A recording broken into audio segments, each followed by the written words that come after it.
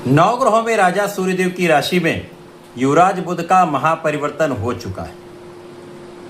प्रिय दर्शकों, नौ ग्रहों में श्रेष्ठ प्रभाव देने वाले, अपना संपूर्ण अतिशीघ्र प्रदान करने वाले, क्विक रिस्पॉन्स प्लैनेट, जो बड़े संवेदनशील ग्रह हैं तथा इस जगत के समस्त कार्य क्षेत्रों में अपना संपूर्ण प्रभाव रखते हैं। युवराज बुध का राशि परिवर्तन हो चुका है। 22 अगस्त को ये सूर्यदेव की सिंह राशि में प्रवेश कर चुके हैं। यहाँ पर सूर्य के साथ ही इनका गोचर भी आरंभ हो चुका है। प्रिय दर्शकों, सूर्य और बुध का अतिमित्र का भाव है, जिसके कारण ये अत्यंत सकारात्मक परिवर्तन है और सूर्य के साथ बुध का गोचर सदा ही आपके लिए महत्वपूर्ण स्थितियां उत्पन्न करता है तथा महालाभ का योग बनाता है।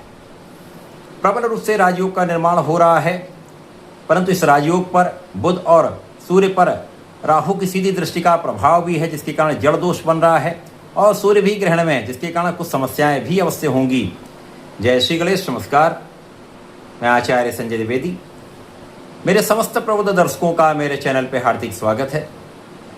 प्रिय दर्शकों, आज मैं मकर राशि के लिए युवराज बुध के इस राशि परिवर्तन का, सूर्य के साथ महायोग का और इस महायोग पर राहु की दृष्टि के प्रभाव का किस प्रकार का परिणाम आपके लिए प्राप्त हो रहा है, इस समय में कुछ लाभ मिल सकता है अथवा कहीं पर समस्या आ सकती है, यदि समस्या है तो उसका क्या निराकरण है, संपूर्ण विश्लेषण मैं पूर्ण तर्क के साथ करने जा रहा हूँ। प्रिय दर्शकों, इस राशिफल को आप अपने लग्न तथा राशि दोनों के अनुसार देख सकते हैं। अब मकर राशि के लिए यदि हम अवलोकन करें तो शनिदेव की राशि मकर राशि है। शनि और बुध का अति मित्र का भाव है और बुध का परिवर्तन अपने मित्र की राशि के लिए मित्र के साथ में हो रहा है। सूर्य भी मित्र हैं, शनि भी मित्र हैं, तो बुध का मित्रवत परिवर्तन मकर राशि के लिए अत्यंत महत्वपूर्ण है, परंतु ये अष्टम भाव में हो रहा है। प्रिय दर्शकों, अष्टम भाव त्रिक भाव है, ये क्षय का भाव है, निर्बलता का भाव है। यहाँ पर समस्त ग्रहों का प्रभाव जो है निर्बल होता। सूर्य और चंद्रमा को कोई दोष नहीं लगता, परंतु बुध यहाँ पर निर्बल अवस्था होंगे। परंतु यहाँ पर सर्वाधिक महत्वपूर्ण ये है कि बुध यहाँ पर निर्बल तो अवश्य हो रहे हैं, परंतु सूर्य के साथ बुधादित्य योग भी है तथा विपरीत राजयोग भी बन रहा है, जिसके कारण विपरीत परिस्थितियों में भी आपको विशिष्ट लाभ अवश्य ही प्राप्त होंगे। तो मकर राशि के लिए यदि हम अवलोकन करें तो बुध आपके षष्ठेश हैं तथा आपके भाग्येश हैं। षष्ठेश भाग्येश का गोचर अष्टम भाव में कुछ निर्बलता, प्रारंभिक समय में अधिक निर्बलता देगा, परंतु उसके पश्चात जैसे जैसे गोचर आगे बढ़ेगा कुछ बड़े ही विशिष्ट प्रभाव प्राप्त होंगे। तो प्रारंभ से ही आपको अपने स्वास्थ्य का ध्यान रखना चाहिए। कुछ एलर्जी हो सकती है, मौसम के कुछ रोग हो सकते हैं, आँखों से संबंधित कुछ कष्ट हो सकता है, ध्यान देने की आवश्यकता है। विशेष रूप से दाएं आँख में कुछ समस्या हो सकती है, यहाँ पर यदि आप ध्यान देंगे, सावधानी रखेंगे तो समस्याओं से बचेंगे।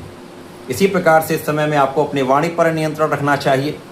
वाणी का भाव दूषित हो सकता है, तो वाणी की कठोरता और वाणी का असंयमित व्यवहार आपको आपके परिवार के क्षेत्र में भी, आपको आपके व्यापारिक, आपके प्रोफेशन में, आपके नौकरी के क्षेत्र में भी कुछ विवाद करा सकता है।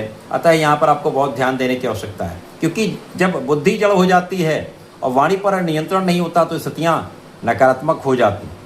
और प्रारंभिक समय में सूर्य भी निर्बल होंगे तो अपना संपूर्ण प्रभाव नहीं दे पाएंगे, जिसके कारण आपका आत्मबल भी उतना अच्छा नहीं होगा, आपके निर्णय की क्षमता भी उतनी अच्छी नहीं होगी, जिसके कारण आप उतनी सकारात्मकता प्राप्त नहीं कर पाएंगे। तो ये समस्याएं हो सकती हैं, परंतु जैसे जैसे ये गोचर आगे बढ़ेगा और प्रारंभिक समय में आपको भाग्य का भी उतना साथ नहीं प्राप्त होता है और इस समय आप धर्म के मार्ग पर भी नहीं चल पाएंगे। कहीं ना कहीं कोई अवरोध आएगा, जो आप सोच रहे हैं, जो आध्यात्मिकता के भाव में आप जाना चाह रहे हैं, वो आप नहीं कर पाते। जैसे जैसे ये गोचर आगे बढ़ेगा, सूर्य का बल बढ़ेगा, सूर्य महाबलवान हो जाएंगे, बुध का भी बल बढ़ेगा, तो बुधादित्य योग का प्रभाव प्राप्त होगा।